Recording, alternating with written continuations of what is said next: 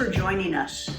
Today we are going to explore an especially timely and important topic, and we're going to do it with some amazing professional women from both Italy and the United States. More on that in just a moment. But first, let me ask you all a few key questions, ones that we are going to unpack during this show. Are you ready? Okay, here we go. What do cows, pigs, and big-mouthed frogs have to do with strong, influential women? What do they have to do with young, rising, and established female professionals? What do they have to do with women in general? Okay, right about now, I'm guessing you guys are probably saying something like, Lisa, have you lost your mind? What are you talking about? But sadly, we learned just a few days ago, by example of something that occurred in Italy, that cows, pigs, and big-mouthed frogs evidently have a lot to do with women in this day and age. So stick around and you'll find out why. I said this was a timely subject. Why is that? March 8th is a special day. It's an important day. It's when the world celebrates International Women's Day. Here in Italy, we celebrate La Festa della Donna, and it's customary here to recognize the cultural, the economic, the business, the social achievements of women with the giving and the receiving of mimosa flowers. It is a wonderful celebration here. It's special, and I have really enjoyed it, particularly here in Italy since I moved and I live here. But this year, unfortunately, things are different. And there's no doubt that on March 8th, world leaders will rush, politicians will rush to mark the day with effusive speeches filled with platitudes about women, how far we've come, how great we're doing, the future is bright, blah, blah, blah, blah, blah, blah, blah, blah, blah. Don't get me wrong. These accolades are important, they are deserved, and we should recognize the progress in the advancement of women throughout the world. There are many great stories to tell. As an Italian American, I take pride in the fact that for the first time in our history, a woman is Vice President of the United States. Her achievement is something that everyone should celebrate, regardless of gender, regardless of whether they are Democrats or Republicans, liberals or conservatives. It is an amazing milestone. It is an amazing accomplishment that has lifted us all, and we should celebrate it. Now, you notice I said should. I've said should because, sadly, that is not the world we live in today. In reality, we are a divided, we are a fractured, we are an angry, we are a toxic, and we are a partisan world. And while I look forward to exchanging mimosas on March 8th with my friends and my colleagues, and I look forward to even raising a mimosa or two to toast the accomplishments of women throughout the world, there is a part of me that's very angry and very frustrated. Why is that? The reason is because with all my heart, with all my passion, I believe we are missing out on an opportunity for a much larger, much more important discussion. So how about those pigs and cows and big-mouthed frogs? Let's talk about them a little bit.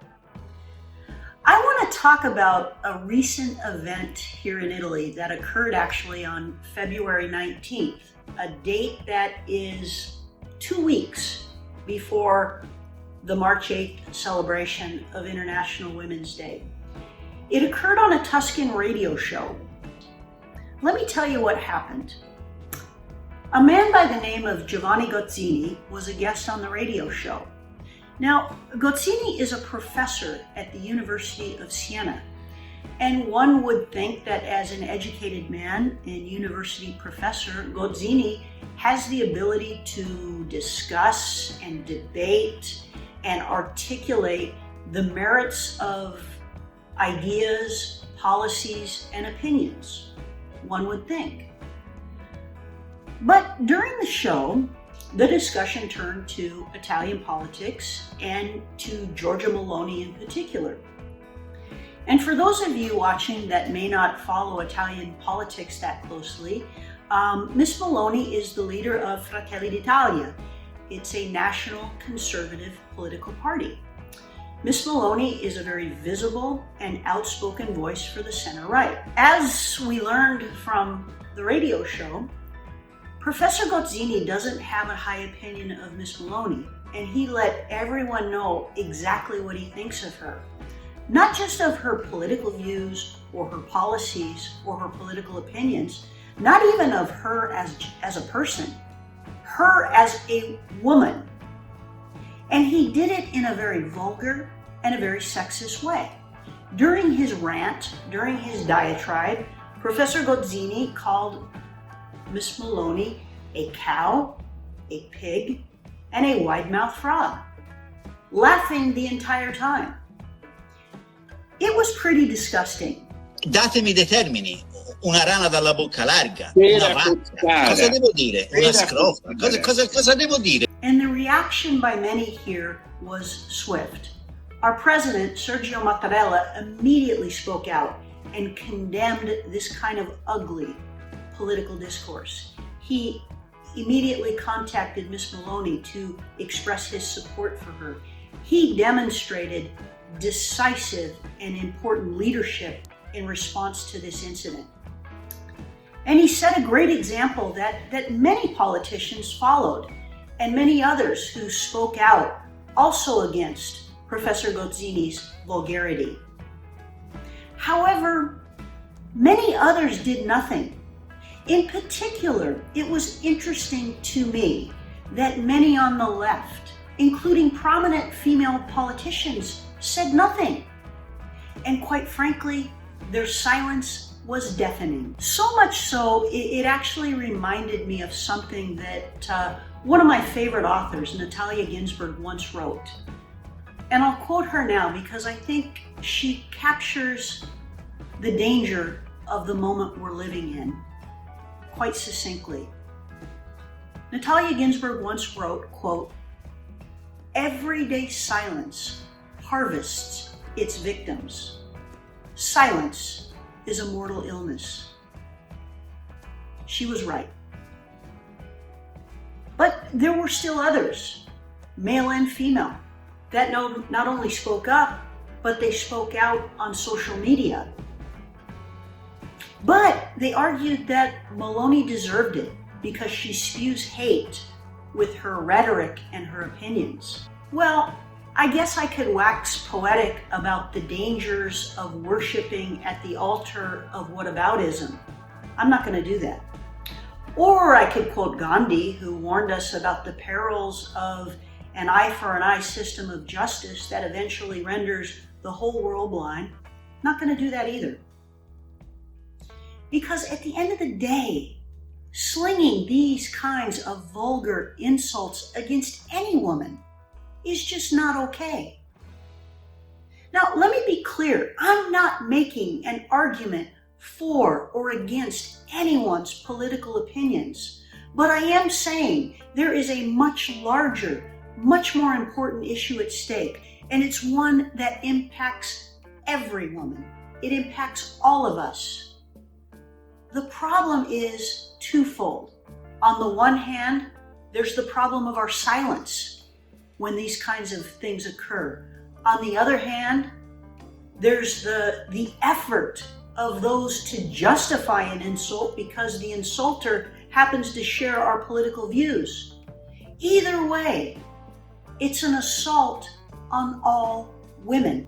The University of Siena eventually suspended Professor Gozzini, but only for a couple months. In fact, before anyone even realizes he was gone, he will be back in a classroom influencing young hearts and young minds no doubt with a whole new repertoire of invectives and epithets.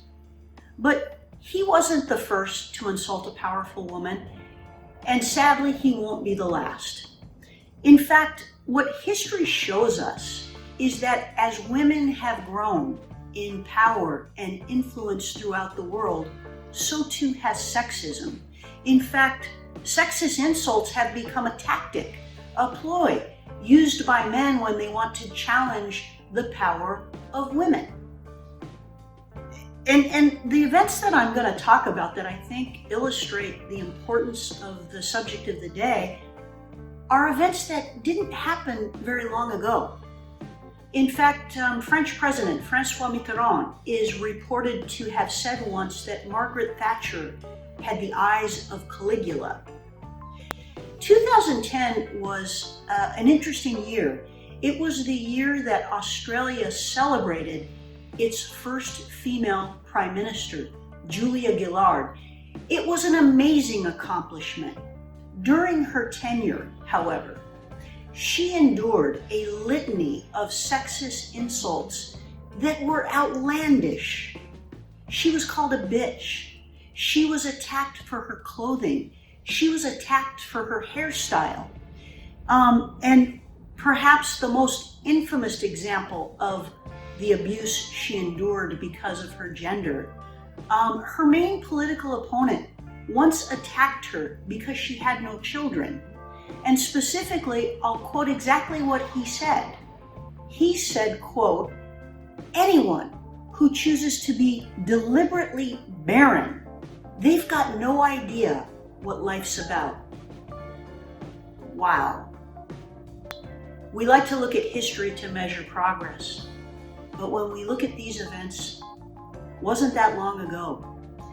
I go home to my own country and I don't even know where to begin. I look at Hillary Clinton, who ran twice for president of the United States, and during both campaigns, she was often called things like angry, emotional. Now, I know you're thinking Donald Trump. Yes, Donald Trump hurled his insults, but he wasn't the only one. She ran for president twice, and there were many others that sought to attack her by these things that only draw attention to the fact of her gender as opposed to her policies, her opinions, her capabilities. And yes, of course, there's Donald Trump. Yes, he insults everyone, but doesn't make it okay because his invectives against his female political rivals are horrible. Yes, horrible. And there isn't enough time in the day or space on the video to try to talk about any of them with any sense of justice. But let me just say this. They illustrate, like all these other examples, the toxicity that this kind of sexist, low-level rhetoric has not only spawned, but has normalized. And that's the problem. So Professor Gozzini's sexist rant is just the latest episode in a long line of others. Every time it happens, everyone rushes to condemn sexism, but to me, these seem like hollow gestures because history keeps repeating itself. And that's not something I'm going to celebrate this March 8th, this Festa della Donna, this International Women's Day. No. Instead, I am going to call it out in hopes that we can have a deeper awareness and a more meaningful dialogue. That's how we are going to put an end to this type of sexism once and for all.